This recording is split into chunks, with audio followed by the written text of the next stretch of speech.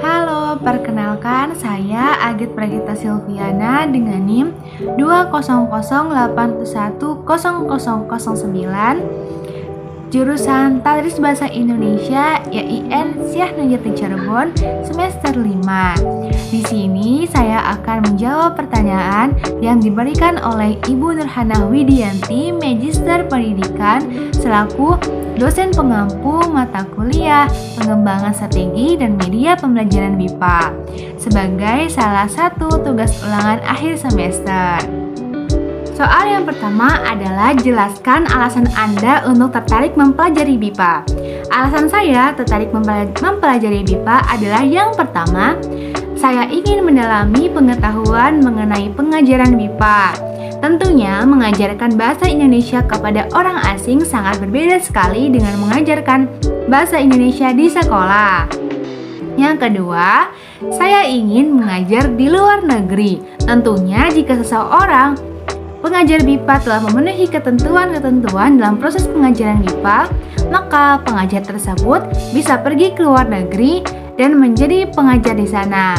Yang ketiga, saya ingin meningkatkan citra Indonesia di mata dunia dengan mengenal makanan ataupun budaya Indonesia kepada penutur asing, dapat menemukan kesenangan dalam diri penutur asing tersebut.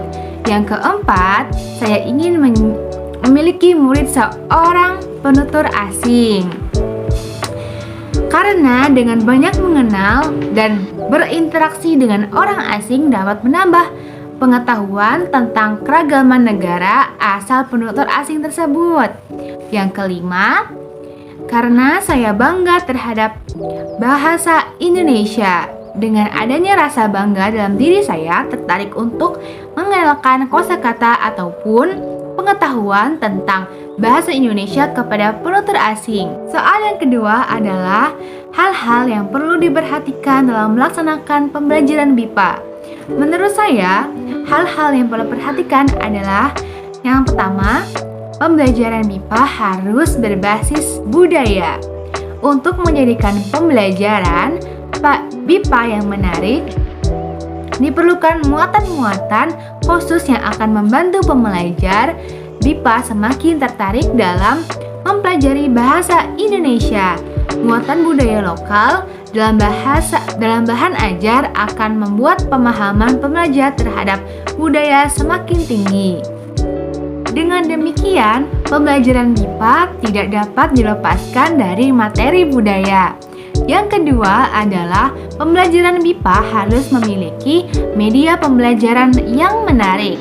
Media pembelajaran dapat memberikan pengaruh yang besar terhadap terciptanya kondisi belajar yang menyenangkan dan menarik. Maka itu, pemilihan media yang tepat sangat diperlukan agar pembelajaran dapat berjalan dengan efektif.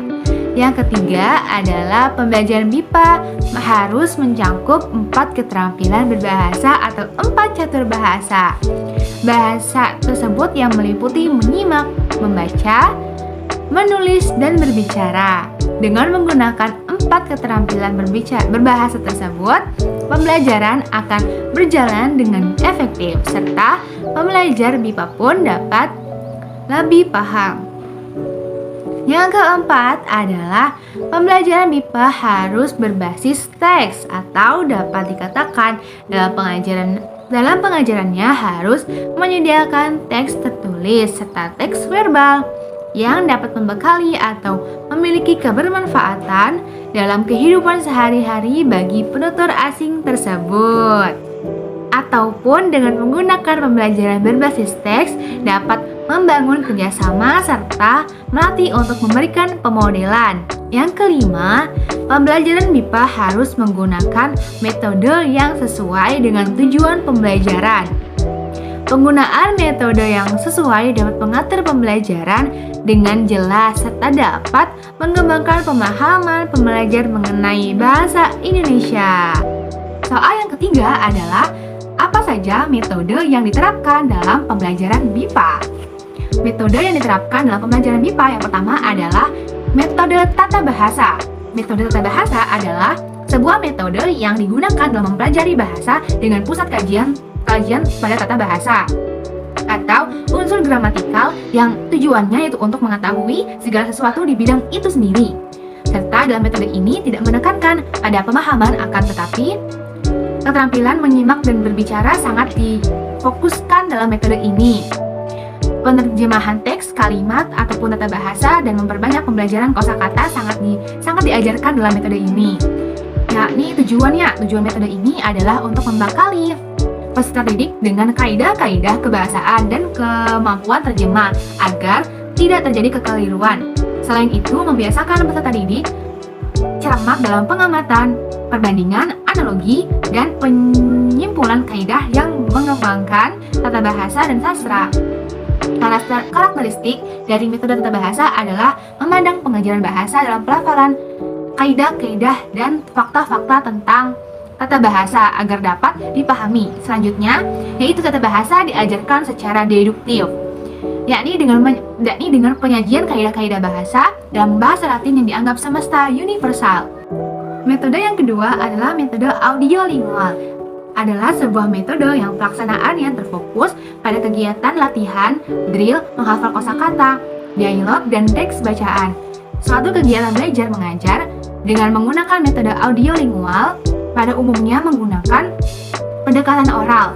Ciri khas pendekatan oral adalah menggunakan latihan pola atau meniru dan mengingat. Kelebihan metode audiolingual adalah dapat membuat pembelajaran bahasa menjadi lebih mudah diakses oleh pembelajar dalam jumlah yang besar. Hal tersebut menyebabkan partisipasi pembelajar melalui teknik drill dapat dimaksimalkan. Metode yang ketiga adalah metode respon fisik total. Metode ini bisa disebut juga dengan metode Total Physical Response atau TPR. Adalah sebuah metode pengajaran bahasa yang dibangun di sekitar koordinasi ucapan dan tindakan melalui fisik sebagai motor aktivitas. Teknik pembelajaran metode TPR ini seperti menggunakan perintah secara berurut, kepembalikan peran ataupun percakapan dan memainkan peran. Kelebihan metode ini adalah peserta didiknya dapat melatih kinestetik sehingga aktif di kelas. Yang keempat adalah metode langsung. Metode langsung adalah metode yang memprioritaskan kepada keterampilan berbicara, tetapi tidak juga menyampaikan keterampilan menyimak dan membaca serta menulis. Bersifat komunikatif, yaitu siswa dan guru terlibat langsung dalam proses pembelajaran. Tujuan dari metode ini adalah menjadikan pembelajar berkemauan keras untuk belajar bahasa dengan cepat tanpa bergantung terjemahan ke dalam bahasa ibu. Kelebihan metode ini adalah siswa dapat mengetahui pelafalan dengan baik. Metode yang kelima adalah metode diam. Metode diam adalah metode pembelajaran yang dimana pembelajar yang lebih aktif dalam proses pembelajaran berlangsung. Guru lebih banyak diam, namun guru aktif dalam memberikan gerakan, gambar, ataupun rancangan untuk memancing dan membentuk reaksi peserta didik. Tujuan metode ini adalah melatih peserta didik dalam menggunakan bahasa asing secara lisan sehingga mampu mencapai kelancaran berbahasa yang hampir sama dengan penutur asli.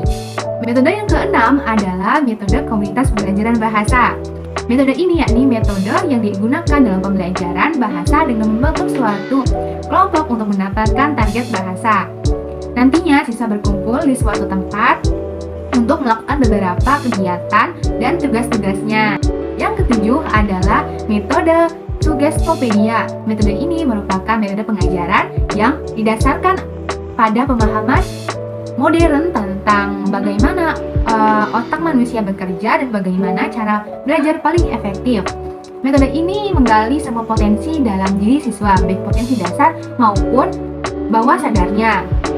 Yang kedelapan adalah metode komunikatif.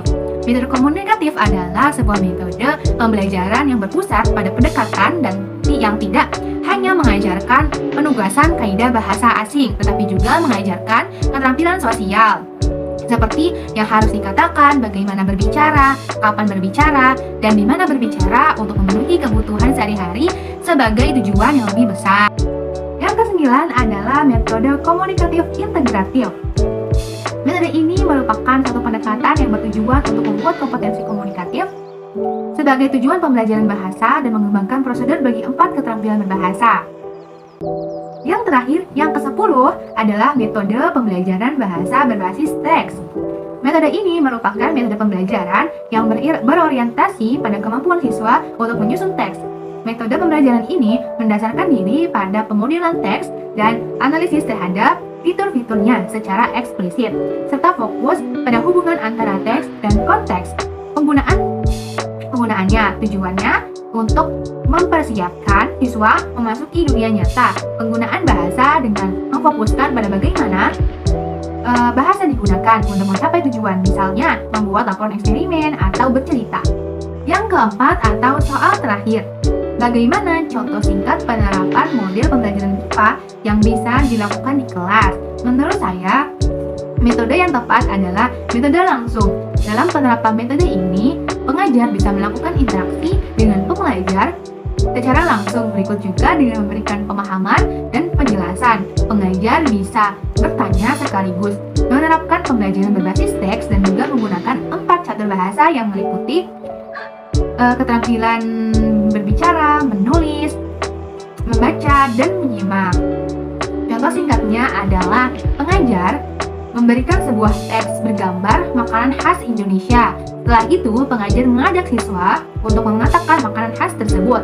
Setelahnya, pengajar memerintahkan siswa untuk menuliskan makanan kesukaannya serta bagaimana cara mengolahnya. Setelahnya, pengajar menunjuk salah satu siswa untuk membacakannya di kelas. Setelah siswa menyimak, pengajar menunjuk siswa lain untuk mengemukakan apa yang telah pembelajar tersebut simak. Demikian penjelasan dari saya. Terima kasih telah melihatnya sampai akhir. Wassalamualaikum warahmatullahi wabarakatuh.